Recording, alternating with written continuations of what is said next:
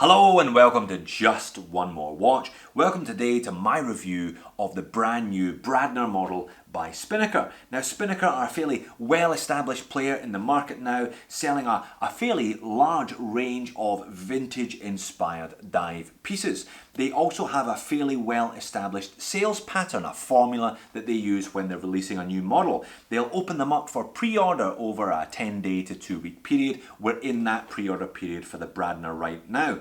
They also offer pretty good discounts during that sales period. Indeed, you'll find a discount code in the description of this video that gets you 20% off this Bradner or pretty much anything else you like on the Spinnaker website. During that period, they will send a bunch of these watches out for review to various other YouTubers. My recommendation, if you're interested in this Bradner, is to look at as many of those reviews as possible. It's always fascinating to see what 5 or 6 different guys think of the same watch. What do I think of this one then? Well, I think this is by far the best Spinnaker that I've looked at so far. They've probably got about 95% of this one right. What's the 5% that they missed then? Let's flip the camera and find out. So 5% imperfect, does that make this Spinnaker 95% perfect? Well, it is a pretty good watch, I must say, and one which I think offers a really good look and a good value combination. There's only one main rival, I think, for this watch at this price point as well. We'll talk about that a little later on. However, there's one decision, one choice that was made somewhere in the design stage that really sticks in my craw a little bit with this one. I wish they'd done something a little bit differently. I think there would be a better watch for it. Perhaps you'll disagree. I'll get to that later on. So this is the reviewer packaging. I've never actually seen a Spinnaker box. They always send them to me in this kind of long box here. There is the watch inside. There are obviously various colorways of this watch available. I'll leave the link to the sign up to the campaign in the description of the video. Obviously, I've got a fairly sensible black dialed one with this olive green strap. There's some green dial ones, there's a PVD one, there's a blue dial one as well with a red strap, I believe. So there's a number of different color combinations. Whatever floats your boat, all of them feature the same basic dimensions and specifications, those being 42mm diameter compressor style case with jewel crowns, as you can see here, 14mm thick with a 50mm lug tip to lug tip. Only 20mm lug width though on this one, which I think is a good choice. Kind of brings it down a little bit. Slightly large body there, large case at 42mm, so the 20mm lug width, a good choice to thin that down a little bit. I think the 42 is going to fit a wider variety of wrists as a consequence of the slightly narrower lugs. On the supplied leather strap, this one weighing in at 90 grams, so pretty light all up. 316L stainless steel case and crown, as you would expect, and no polished surfaces anywhere on this watch, well, apart from those little crown ends.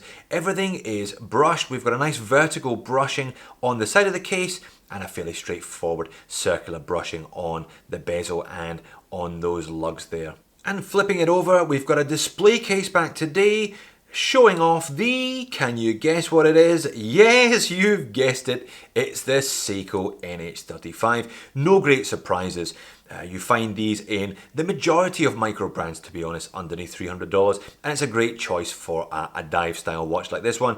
24 jewels, 42-hour power reserve, hacks and hand winds, 21,600 vibrations per hour, 6 ticks per second, and notoriously robust and reliable and also pretty accurate.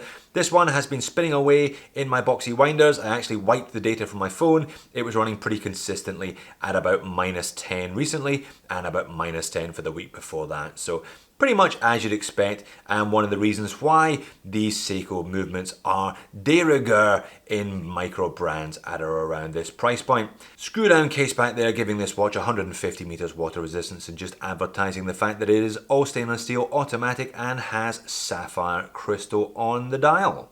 And I think it is a very pretty dial that piece of sapphire covers. We've got applied indices there, those rectangles and squares, quite deep as well, plenty of texture there.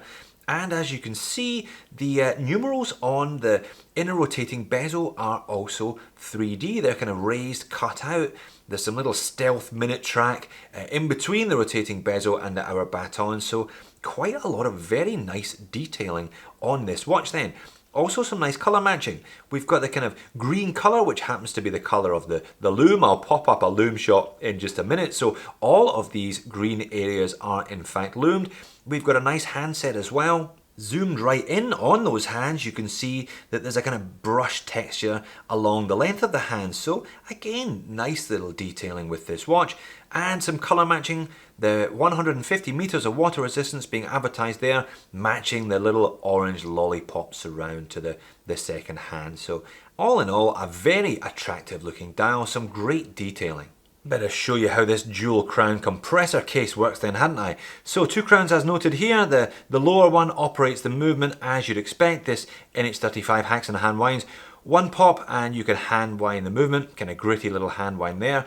2nd pop and you can adjust the date. Nice black date wheel, and again another nice visual choice by Spinnaker for this one.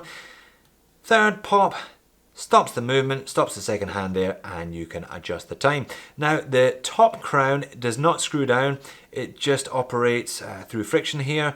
You can rotate this bezel both ways, meaning you can effectively count down. So imagine here counting down from 50 to 0, so you can set it effectively the 10-minute counter, or counting up from 0 to 10 and beyond. So nice in operation, very stylish to look at as well. Now I'll pop up the loom video, and as you can see, anything that looked green when under light glows in the dark. It is Super Luminova, perhaps not Seiko standard. It's not ultra bright, and it does fade relatively quickly.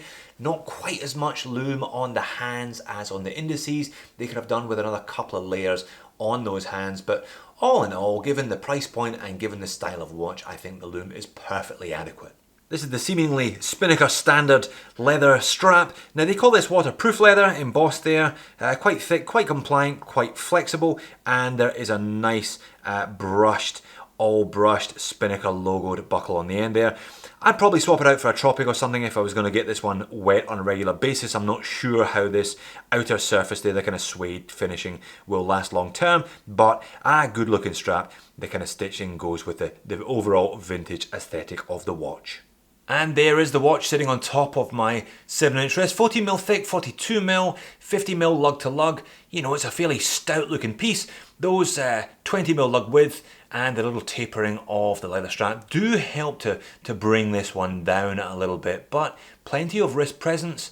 As I said, I do like the colour scheme with this one, that olive green tying in nicely with the black dial and the kind of green vintage loom coloration on the indices and those Arabics on the inner rotating bezel. All looks pretty good.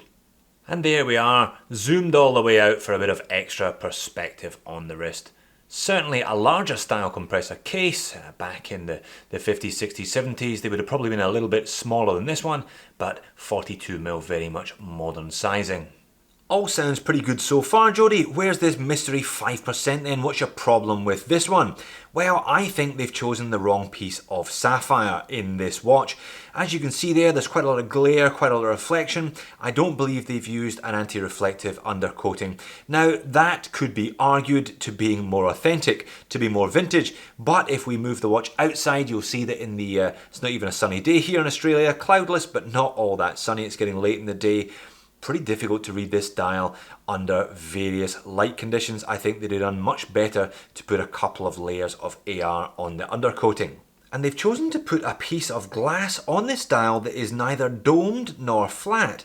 It's kind of in between. There's this little step on the edge here. It's dead flat on top, but there's a step just on that inner rotating bezel.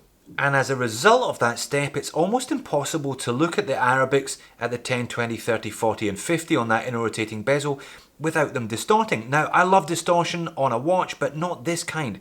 It kind of splits the numerals. This isn't quite a Hall of Mirrors fairground style distortion. It's a little bit edgy. If you look at the 4 there, if you look at the 5, it kind of splits those Arabics, which I think is a bit of a shame. Just takes the edge off the vintage look for me. But hey, that might just be me. I might be overthinking this one. It has been known in the past. So what is the obvious rival to this Spinnaker Bradner? Well, it's the Dan Henry 1970. I'll pop up a picture of the Dan Henry there. They've kind of got two styles happening. They've got a 40mm with 22mm lug width and a 44 with 24mm lug width. So considerable lugs. I wonder if that 40 might look a little bit disproportionate. This one comes in at $250 US and kind of matches the Bradner on specs, apart from, ironically, the glass covering the dial. The Dan Henry uses a sapphire coated double domed mineral crystal. So as much as I'm a big lover of sapphire, perhaps the Dan Henry might have got the glass right, whereas Spinnaker got the glass wrong. Again, these shots of the Dan Henry on the right of the screen there, you can see some distortion, but you don't get that stepping effect that you do with the little lip on the glass of the Spinnaker. But overall, this is a pretty decent specimen, well thought out, and some lovely detailing on the dial. These Spinnakers just keep getting better and better as far as I'm concerned, so I'm certainly looking forward to their future output. So there you have it, the Spinnaker Bradner. What did you think of the glass? Is it just me, or should they have gone for either a flat or a domed? I think that little step annoys me, the way that it splits those numerals on the inner rotating bezel. Apart from that, or if that's not a thing for you, I think this is a great watch. 42, it kind of splits those two Dan Henrys, as I mentioned, which is the obvious rival at this price point. I think it's very well spec'd, and the fact that that glass, even if it bugs me, is sapphire is a real bonus at the price. Thanks for watching. Don't forget about the discount code, and I'll see you in the next video.